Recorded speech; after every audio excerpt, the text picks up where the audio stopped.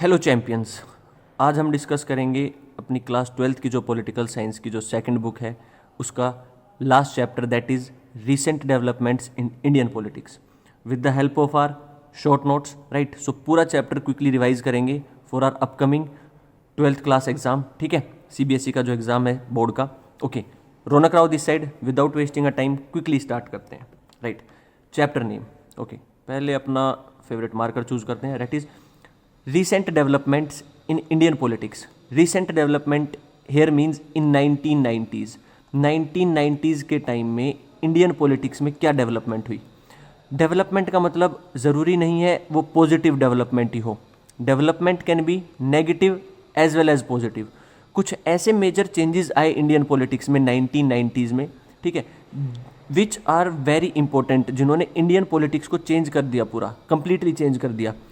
इसमें there are 3 most important questions, मैं आपको बताऊंगा। इस वाले चैप्टर में 3 मोस्ट इंपॉर्टेंट क्वेश्चंस हैं और सभी 4 to 6 मार्क्स में काफ़ी बार आ चुके हैं, सो ध्यान से सुनना।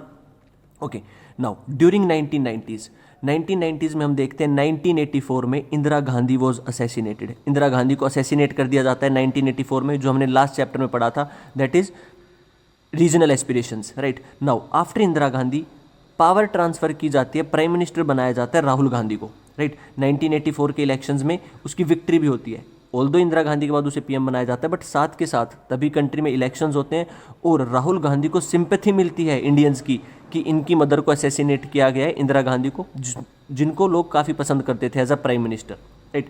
नाउ सो 1984 में इलेक्शंस होते हैं जिसमें राजीव गांधी की इलेक्शंस में विक्ट्री होती है, बट इसके 5 साल बाद, इट मीन 1989 में दोबारा इलेक्शन होंगे।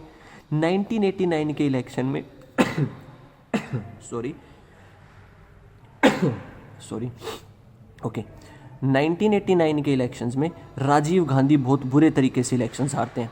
ऑल्दो 1984 में मेजर विक्ट्री मिलती है, at the same time after 5 years 1989 Lok Sabha elections में राजीव गांधी इलेक्शंस हारते हैं, right. Now moving on to the first most important question इस चैप्टर से जो आता है, that is 5 major developments in Indian politics in 1990s। वो 5 मेजर कौन सी डेवलपमेंट थी, मैंने आपको पॉइंट्स में बताया हुआ है, just you need to remember the heading याद रखना और उसके अंदर जो मैंने की पॉइंट्स बताए हुए हैं उनको याद रखना, लिखाना अपने वर्ड्स में।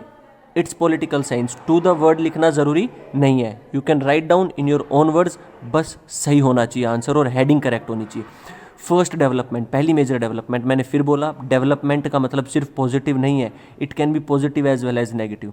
पहली डेवलपमेंट होती है इंडियन पॉलिटिक्स में defeat of Congress in 1989 election. Congress पहली बार इतने बुरे तरीके से इलेक्शन हारती है, दैट इज कांग्रेस को 415 लोकसभा की सीट्स मिली थी 1984 में जब इंदिरा गांधी की डेथ हुई, to just 197 seats in 1989 election. It marked end of Congress system, यहीं से वर्ड याद रखेंगे, एंड ऑफ कांग्रेस सिस्टम। अगर स्पेशल क्वेश्चन आ जाता है 2 मार्कर में, what do you understand by term end of Congress system, तो उसका मतलब होगा that Congress lost election in 1989 with just scored 197 votes. इसको मार्क किया जाता है इंडियन पॉलिटिक्स में end of Congress system, because Congress lost centrality.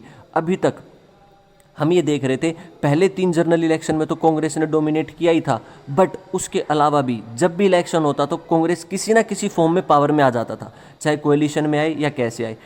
5 इतने बड़े टर्म के लिए कांग्रेस कभी पावर से गया ही नहीं, but this was the first time कि कांग्रेस को इतनी कम सीट्स मिली, that is first point, defeat of Congress in 1989 elections. Moving on to the second point, rise of Mandal issue. इस टाइम पे एक मंडल इशू उठता है, दैट इज मंडल कमीशन बनाया गया था, ठीक है, जिस कमीशन को बनाया तो 1977 में था, जब 1977 में जनता पार्टी आई थी उन्होंने बनाया था, ठीक है, बट जनता पार्टी 18 मंथ्स तक ही सर्वाइव कर पाई, हमने देखा लास्ट चैप्टर्स में। 18 मंथ्स के बाद वो गिर गई, दोबारा कांग्रेस पावर में आ गई कुछ टाइम बाद, है ना। सो मंडल इशू बनाया था to provide reservation to OBC, Janata Party ने बनाया था, बट इम्प्लीमेंट ये बाद में हुआ, 1990s में आकर हुआ जब कांग्रेस 1989 में इलेक्शन दोबारा हारी। देखो, rise of Mandal issue means reservation of seats for OBC in government jobs. OBC को रिजर्वेशन देने की बात हुई गवर्नमेंट जॉब में, which was implemented by national front government in 1919, जिसको इम्प्लीमेंट किसने किया 1990 में नेशनल फ्रंट गवर्नमेंट ने किया on the recommendation of Mandal commission, जिसको रेकमेंड किसने किया था मंडल कमीशन। मंडल कमीशन मीन्स एक कमेटी बनाई थी, कमेटी के हेड थे बीपी मंडल, इसीलिए इस कमीशन का नाम मंडल कमीशन रख दिया।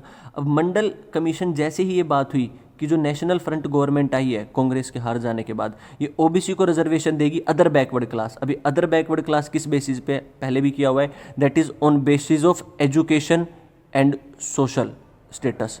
इनका एजुकेशन लेवल और सोसाइटी में इनका स्टेटस बैकवर्ड है, इसीलिए इनको बैकवर्ड क्लास बोला जाता है। That is educational and social backwardness. Economy तो आएगा ही but main education and social.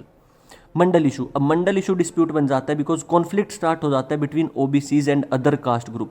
जैसे ही 1990 में नेशनल फ्रंट गवर्नमेंट रिजर्वेशन देगी, कॉन्फ्लिक्ट स्टार्ट हो जाएगा कंट्री में ओबीसी के और अदर कास्ट ग्रुप्स के बीच में जिनको रिजर्वेशन नहीं मिली हुई। So second point that is rise of Mandal issue. Now moving on to the थोड़ा सा सेट करते हैं दोबारा, yes. Now moving on to the next that is new economic reforms. Third major development जो इंडियन पॉलिटिक्स में हुई, it was economic reforms. India की economy verge पे थी कि इंडिया को बैंकरप्ट डिक्लेयर करना पड़ेगा, सो गवर्नमेंट ऑफ इंडिया को इंट्रोड्यूस करने पड़े न्यू इकोनॉमिक रिफॉर्म्स। देखो हमने पहले डिस्कस किया था, इंडियन गवर्नमेंट अपने आप को ग्लोबलाइजेशन से बचाने के लिए अपने इकोनॉमी को ओपन नहीं किया हुआ था, सेल्फ रिलायंट थी, ठीक है। बट अब इकोनॉमी इतनी खराब हो गई कि हमें अपनी इकोनॉमी को ओपन करना पड़ा। सो न्यू इकोनॉमिक रिफॉर्म्स 1991 में इंट्रोड्यूस हुए, ठीक है। Introduce although by Rajiv Gandhi, लेकिन जब इंप्लीमेंट किया गया इनको कंट्री में, उस टाइम पे राजीव गांधी असैसिनेट हो चुके थे, ठीक है। एंड प्राइम मिनिस्टर बने हुए थे Narasimha Rao, prime minister was Narasimha Rao and finance minister was Manmohan Singh, ठीक है। Started by Rajiv Gandhi. LPG reforms in country, इनको बोला जाता है एलपीजी रिफॉर्म्स। एलपीजी की फुल फॉर्म जो हमने ग्लोबलाइजेशन में पढ़ी है, लिबरलाइजेशन मींस इकोनॉमी को लिबरेट कर देना, फ्री कर देना। प्राइवेटाइजेशन, प्राइवेट सेक्टर को ले आना, प्राइवेट करना चीज़ों को। एंड ग्लोबलाइजेशन जो हमें पता ही है, that is integrating of economies.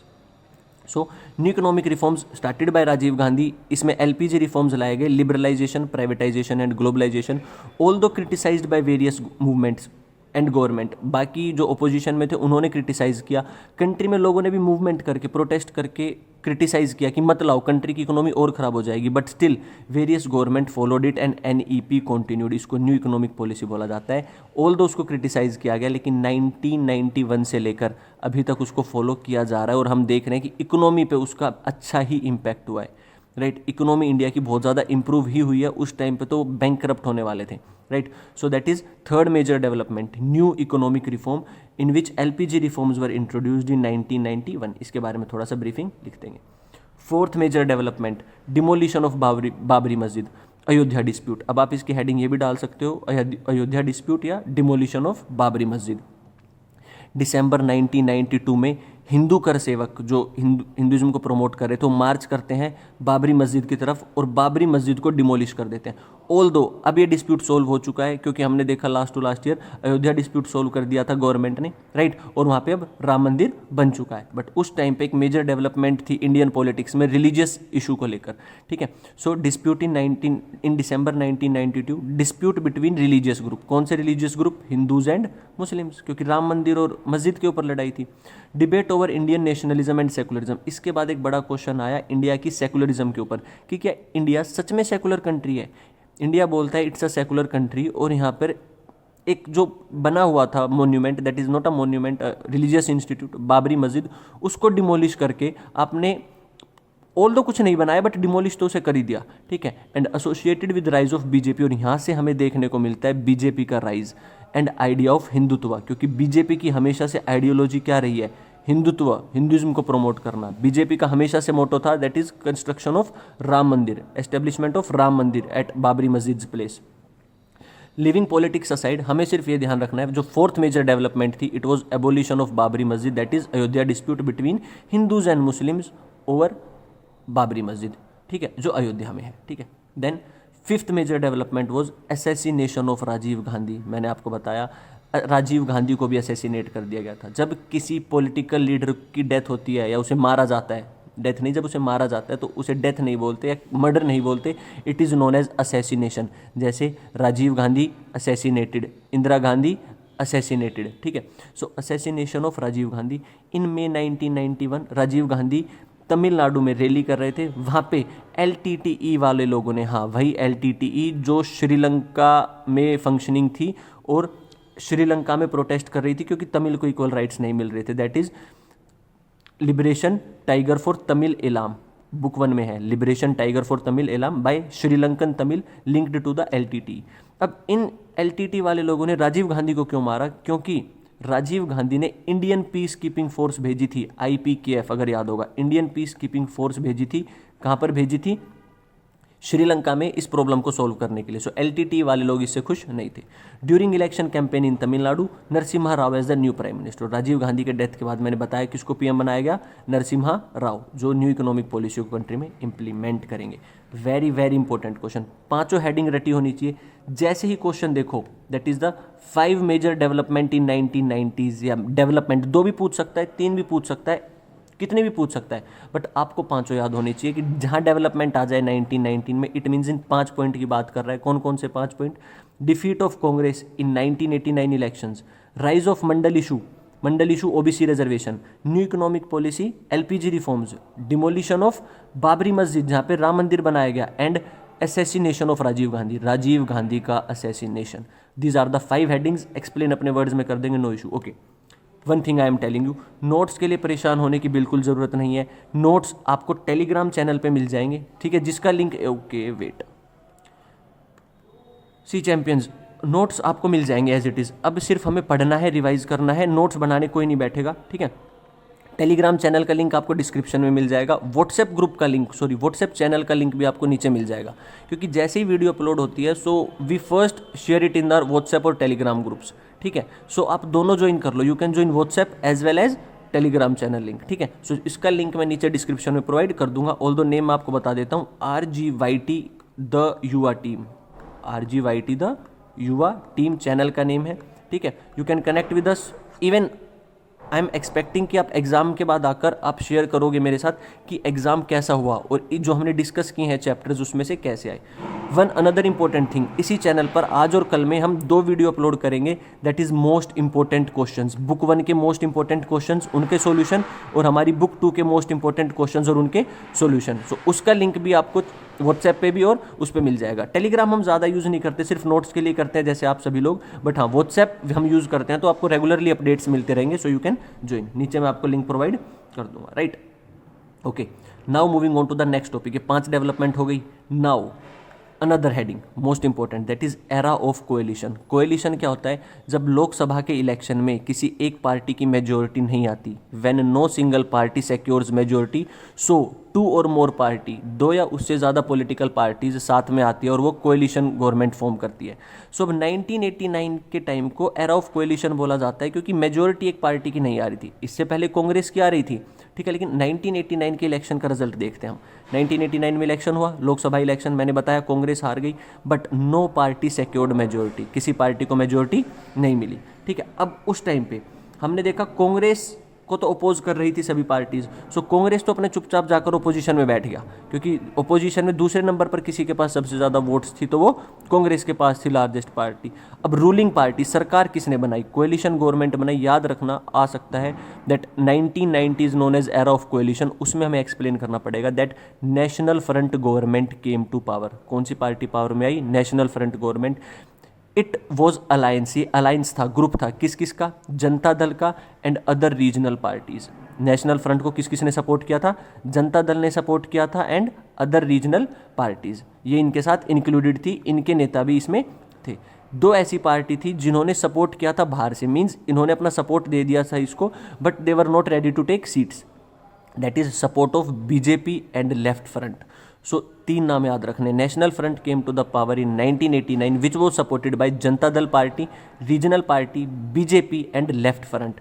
It shows coalition government. किस फॉर्म की गवर्नमेंट बनी? कोएलिशन गवर्नमेंट, 2 या 2 से ज़्यादा पार्टी साथ में आई, ठीक है। देन 1989 से लेकर 2014 तक, वेरी इंटरेस्टिंग पॉइंट, 1989 से लेकर 2014 तक, 2014 में BJP पावर में आई है। ठीक है। No single party got majority in the Lok Sabha, मतलब टोटल आप देखो कितने ईयर्स हो गए, 20 सालों तक किसी भी पार्टी की मेजोरिटी नहीं आई, और जितनी भी गवर्नमेंट बनी सारी कैसी गवर्नमेंट बनी, कोएलिशन बेस्ड गवर्नमेंट बनी। ऑल्दो नेशनल फ्रंट गवर्नमेंट ज़्यादा दिन तक सर्वाइव नहीं कर पाएगी, ये हम आगे देखेंगे, डिक्लाइन हो जाएगी, गिर जाएगी। फिर यूनाइटेड फ्रंट पावर में आएगी जिसको कांग्रेस सपोर्ट करेगा, फिर वो भी गिर जाएगी, और फिर दोबारा इलेक्शन होंगे, और विल सी इन फ्यूचर। अभी मैंने आगे टेबल लगाई हुई है, राइट। सो ये टाइम लाइन इंपॉर्टेंट है कि किसी भी पार्टी की मेजोरिटी नहीं आ रही थी, सिर्फ कोएलिशन गवर्नमेंट फॉर्म हो रही थी। That's why it is known as era of coalition government. इसको क्या बोला जाता है? Era of coalition government. Even Congress भी पावर में आई, ऐसा नहीं है कांग्रेस पावर में नहीं आई। हमने क्या देखा भाई, 2004 से लेकर 2014 तक कांग्रेस पावर में थी 10 साल, लेकिन कांग्रेस अकेली पावर में नहीं थी, कांग्रेस के पास मेजोरिटी नहीं थी, कांग्रेस को सपोर्ट किया हुआ था एक ग्रुप ने, दैट इज यूपीए, जो कांग्रेस का ही है, union progressive alliance, which was made in 2001 और 2 I think, I let you know, ठीक है। सो बट कांग्रेस की अकेली की मेजोरिटी नहीं थी, ठीक है। अब मेजोरिटी आप सबको पता होगा क्या होता है, हमारी लोकसभा में 543 सीट्स है, मेजोरिटी का मतलब होगा इसकी हाफ माने 272 से एक ज़्यादा सीट, लगभग जो आप कैलकुलेशन कर लेना एक बार, ठीक है। सो हाफ से एक ज़्यादा आ जाती है जिसकी सीट उसकी मेजोरिटी होती है, वो 2014 में बीजेपी की आई, ठीक है। So Congress in power but with regional parties. Now emergence of parties regional which represented the Dalit and backward class. उस टाइम पे एक और हमें चीज़ देखने को मिली कि वो पार्टीज एमर्ज होने लग गई जिसको सपोर्ट दलित और बैकवर्ड क्लास के लोग कर रहे थे, जैसे कि बीएसपी, बहुजन समाजवादी पार्टी, जो यूपी बिहार में बहुत इंपॉर्टेंट रोल प्ले किया, ठीक है। सो रीजनल पार्टीज, लोकल, अभी तक हमने देखा मेन पार्टी कौन सी थी, मेन कांग्रेस, नेशनल पार्टी, या फिर बाद में आई नेशनल फ्रंट आप बोल सकते हो, बट वो इतनी पावरफुल पार्टी नहीं थी। बट अब रीजनल पार्टीज पावर में आने लग गई हैं, जिसको कौन सपोर्ट कर रहे हैं, दलित एंड बैकवर्ड क्लास, ठीक है। 1996 में इलेक्शन होता है। Now united front came to power, power में कौन आता है, united front, which was also a coalition government, it was supported by Janata Dal, left front end Congress. इसको तीन पार्टी मिलकर साथ में सपोर्ट करती हैं, जनता दल सपोर्ट करता है, लेफ्ट फ्रंट सपोर्ट करती है, कांग्रेस सपोर्ट करती है। अगेन एरा ऑफ कोएलिशन, दूसरा एग्जाम्पल 1996। अब बीजेपी आती है पावर में, रूल ऑफ बीजेपी। बीजेपी ने अपना एक ग्रुप बनाया which was NDA, national democratic alliance, means BJP और बीजेपी को सपोर्ट करने वाली सारी पार्टीज ने ग्रुप बनाया एनडीए, ठीक है। एक छोटा सा की पॉइंट बता रहा हूँ, एमसीक्यू में आ सकता है, बिल्कुल अच्छे से याद करेंगे। क्वेश्चन आता है idea of integral humanism. Idea of integral humanism किसने दिया था? Deendayal Upadhyay.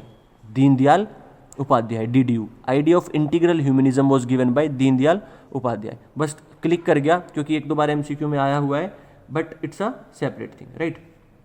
Okay, now moving on to the next heading, that is, हम डिस्कस कर रहे थे दैट 1998 में बीजेपी पावर में आती है, जो पावर में रहती है सिर्फ 1999 तक, क्योंकि बीजेपी अपनी मर्जी से वो कर देती है, डिसॉल्व कर देती है गवर्नमेंट को, क्योंकि वो मेजोरिटी में नहीं होती। Again it was a coalition government, BJP का ग्रुप था एनडीए। री इलेक्ट होकर आती है दोबारा 1999 में और 2004 तक पावर में रहती है, जिसमें पीएम बनते हैं Atal Bihari Vajpayee. Again era of coalition, BJP power में आई because of support of NDA group, national democratic alliance, BJP और बीजेपी की आइडियोलॉजी को फॉलो करने वाला group, right. Another important thing, 1989 से 2014 के बीच में, 1989 से लेकर 2014 के बीच में अगर हम देखें तो हर 5 साल में इलेक्शन होता है। तो 1989 से 2014 तक कितनी बार गवर्नमेंट चेंज होनी चाहिए थी अगर स्टेबल गवर्नमेंट आती तो?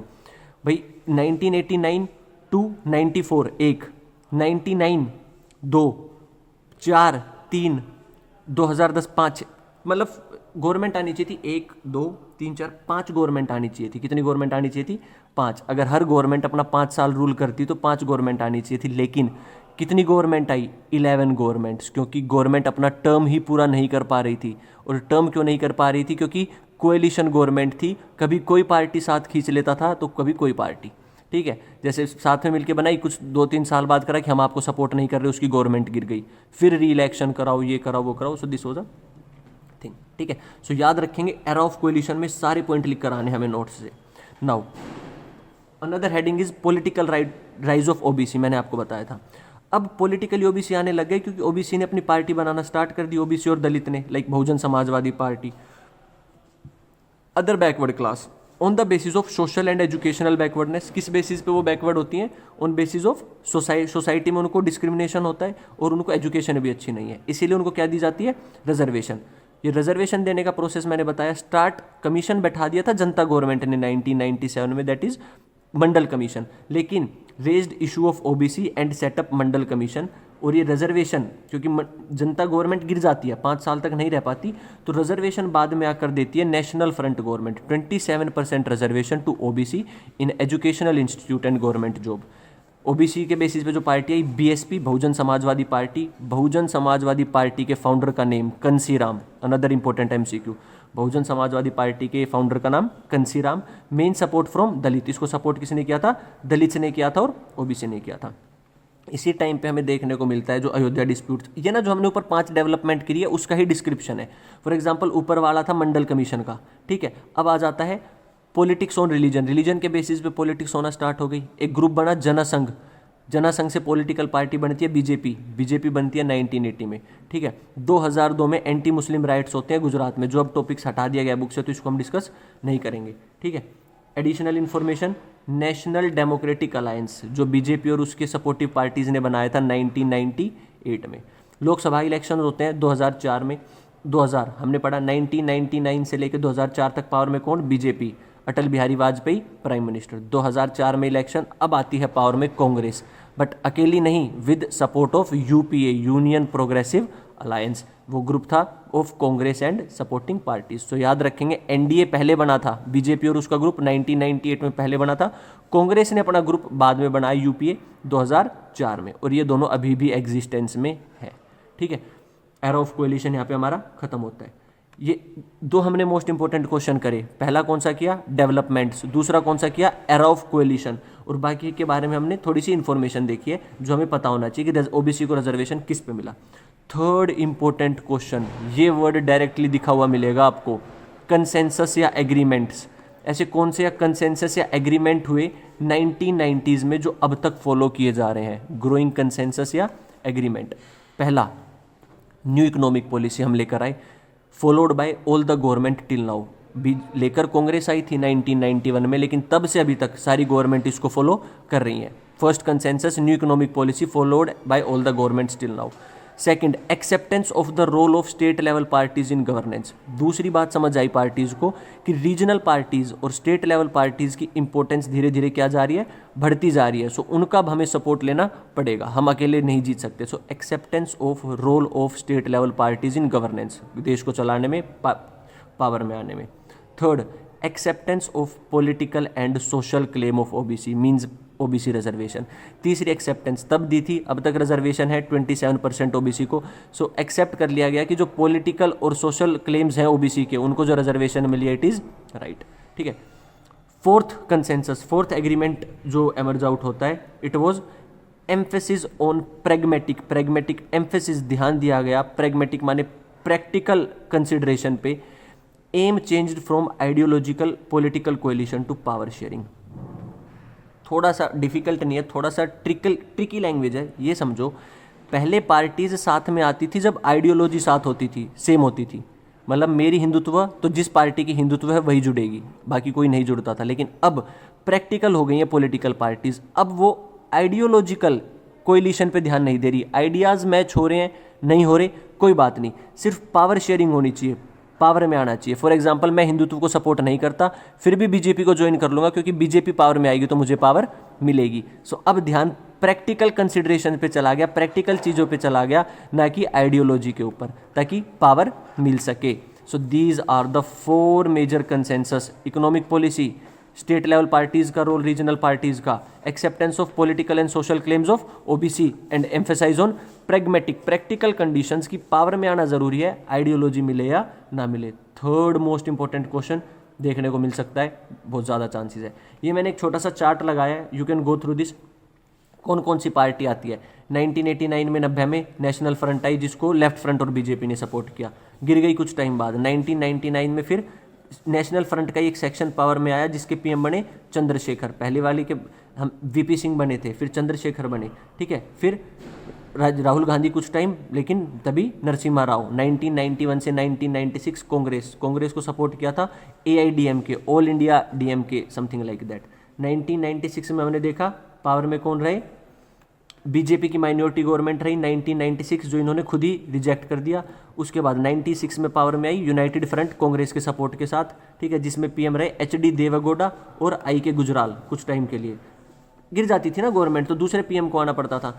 फिर मेन आता है 1998 से 99, Atal Bihari Vajpayee, national democratic alliance, खुद रिजेक्ट कर दिया, डिसॉल्व कर दी। फिर पूरे 5 साल रूल करके गई NDA, जिसमें ये पावर में रही।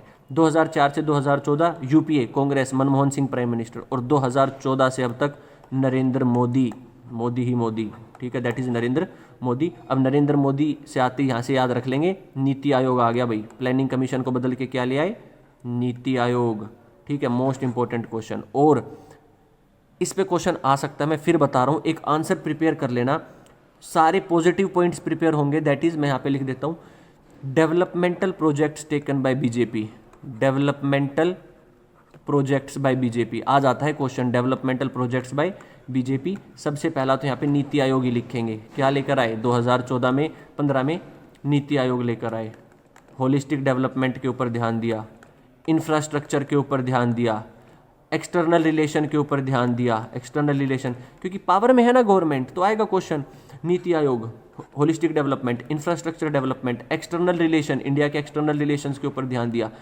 इकोनॉमी बूस्ट करी, GDP कितनी इंप्रूव करी, ठीक है। देन हेल्थ न्यूट्रिशन पे ध्यान दिया, सैनिटेशन पे ध्यान दिया, फैसिलिटीज़ पे, ठीक है। सो जितने अच्छे पॉइंट लिख सकते हो ना, सारे याद कर लेना कि बीजेपी ने ये अच्छे काम किए। With this we are done with this chapter. Thank you so much. फिर से बता रहा हूँ, नोट्स के लिए परेशान होने की जरूरत नहीं है। कहाँ पर मिल जाएंगे? डिस्क्रिप्शन में चैनल का लिंक मिल जाएगा, नीचे डिस्क्रिप्शन पे क्लिक करोगे और वहीं पे नोट्स मिल जाएंगे।